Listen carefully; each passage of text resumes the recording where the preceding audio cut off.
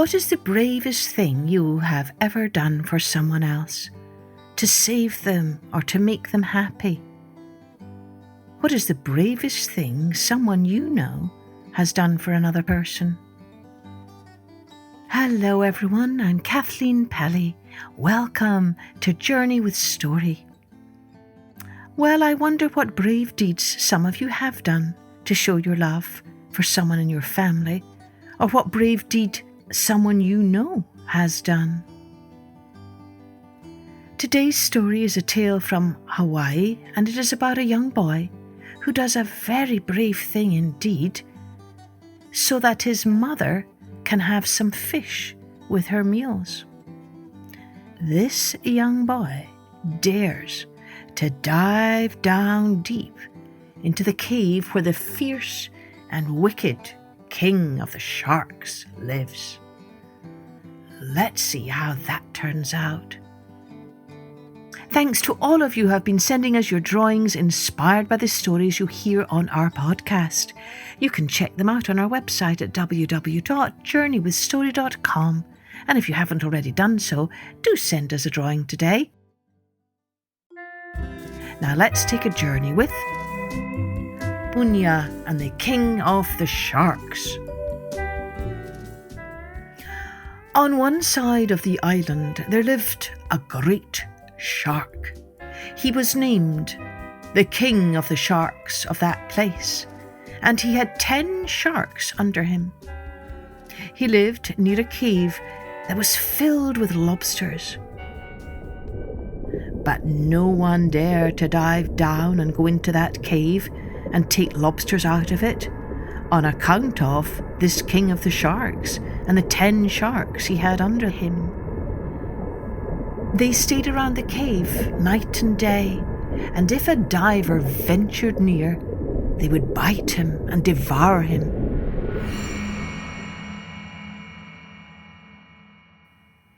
There was a boy named Punia, whose father had been killed by the sharks. Now, after his father had been killed, there was no one to catch fish for Punia and his mother. They had sweet potatoes to eat, but they never had any fish to eat with them. Often Punia heard his mother say that she wished she had a fish or a lobster to eat with the sweet potatoes. He made up his mind that they should have lobsters.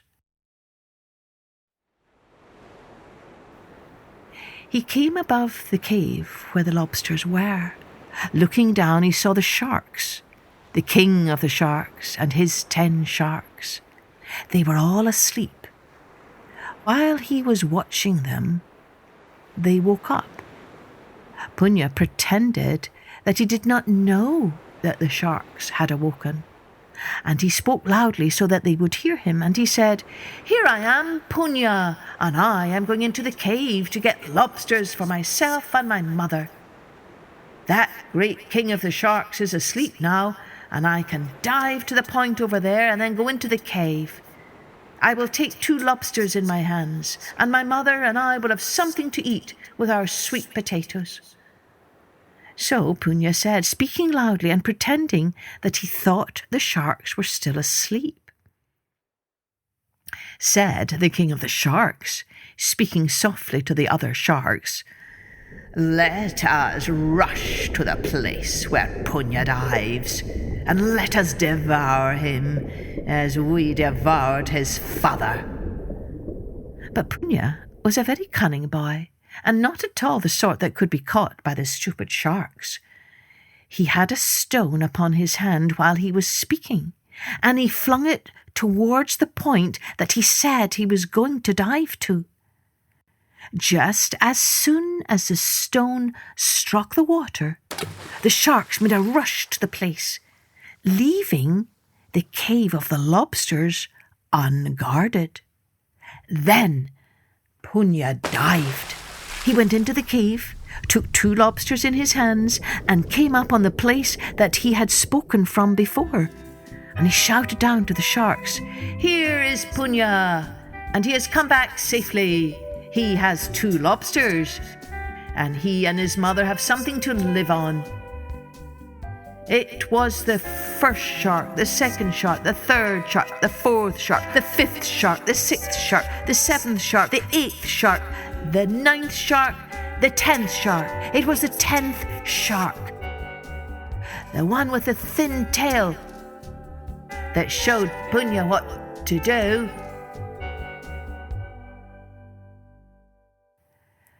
When the king of the sharks heard this from Punia, he ordered all the sharks to come together and stay in a row. He counted them, and there were 10 of them, and the 10th one had a thin tail. "So, it was you, Thin Tail," he said. "You told the boy Punia what to do. You shall die." Then, according to the orders of the king shark, the thin-tailed shark was killed. Punia called out to them, "You have killed one of your own kind." With the 2 lobsters in his hands, he went back to his mother's. Punia and his mother now had something to eat with their sweet potatoes, and when the lobsters were all eaten, Punia went back to the place above the cave. He called out, the same as he had done the first time, "I can dive to the place over there and then slip into the cave, for the sharks are all asleep. I can get 2 lobsters for myself and my mother, so that we'll have something to eat with our sweet potatoes." Then he threw down a stone and made ready to dive to another point. When the stone struck the water, the sharks rushed over, leaving the cave unguarded. Then Punia dived down and went into the cave. He took 2 lobsters in his hands and got back to the top of the water, and when he got to the place that he had spoken from before, he shouted down to the sharks. It was the first shark, the second shark, the third shark, the fourth shark, the fifth shark, the sixth shark, the 7th shark, the 8th shark, the 9th shark. It was the 9th shark. The one with the big stomach that told Punia what to do.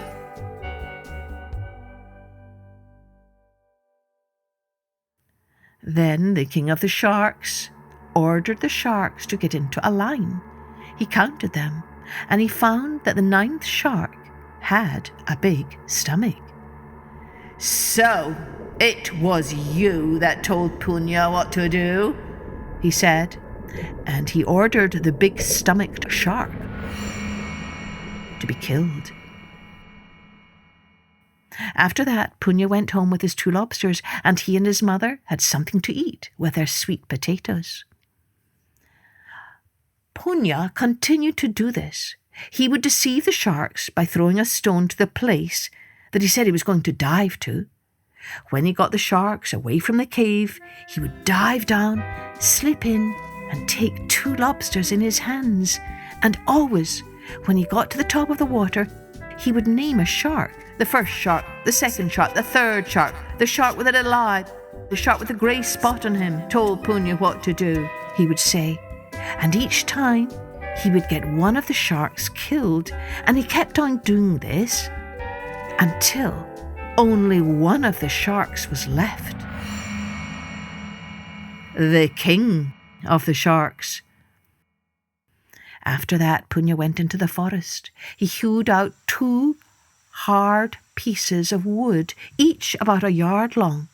Then he took sticks for lighting a fire. He got charcoal to burn as a fire, and he got food. He put everything into a bag, and he carried the bag down to the beach. He came above the cave that the king of the sharks was watching, and he said, speaking in a loud voice, "If I dive now, and if King Shark bites me, my blood will come to the top of the water, and my mother will see the blood and will bring me back to life again. But if I dive down and the king of the sharks takes me into his mouth hole, I shall die and never come back to life again." King Shark was listening, of course, and he said to himself, "No, I will not bite you, you cunning boy. I will take you into my mouth and swallow you whole. and then you will never come back to life again. I shall open my mouth wide enough to take you in. Yes, indeed. This time I will get you." Punia dived, holding his bag. King Shark opened his mouth wide and got Punia into it. But as soon as the boy got within, he opened his bag and took out the 2 pieces of wood which he had hewn out in the forest. He put them between the jaws of the shark, so that the king of the shark was not able to close his jaws. With his mouth held open, he went dashing through the water. Punia was now inside the big shark, and he took the fire sticks out of his bag and he rubbed them together, making a fire. He kindled the charcoal that he had brought, and he cooked his food at the fire that he had made. With the fire in his insides, the shark could not keep still. He went dashing here and there through the ocean, and at last the shark came near the island of Hawaii again. "If he brings me near the breakers, I am saved," said Punia, speaking aloud. "But if he takes me to the sand near where the grass grows, I shall die. I cannot be saved." When King of the Sharks heard Punia say this, he said to himself, I will not take him near the breakers. I will take him where the dry sand is, near the grass." Saying this, he dashed in from the ocean and up to where the shrubs grew on the shore. No shark had ever gone there before.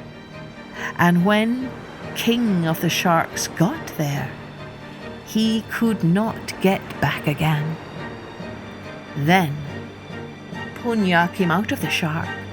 He shouted out, "King of the Sharks has come to visit us." And the people, hearing about their enemy, came and they killed the shark. And that was the end of the ugly and wicked King of the Sharks. Every day after that, Punia was able to go down into the cave and get lobsters for himself and his mother, and all the people rejoiced when they heard how those 11 sharks had been destroyed because of the bravery of the boy Punia.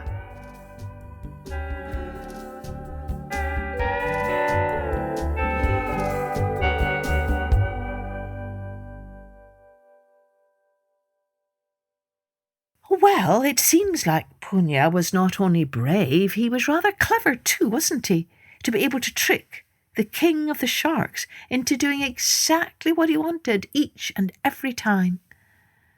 I bet you could make some splendid drawings of our fierce and wicked King of the Sharks.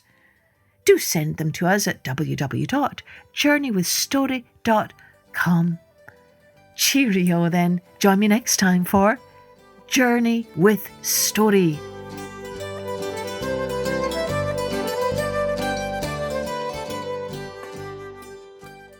Music and post-production was by Colette Jonas.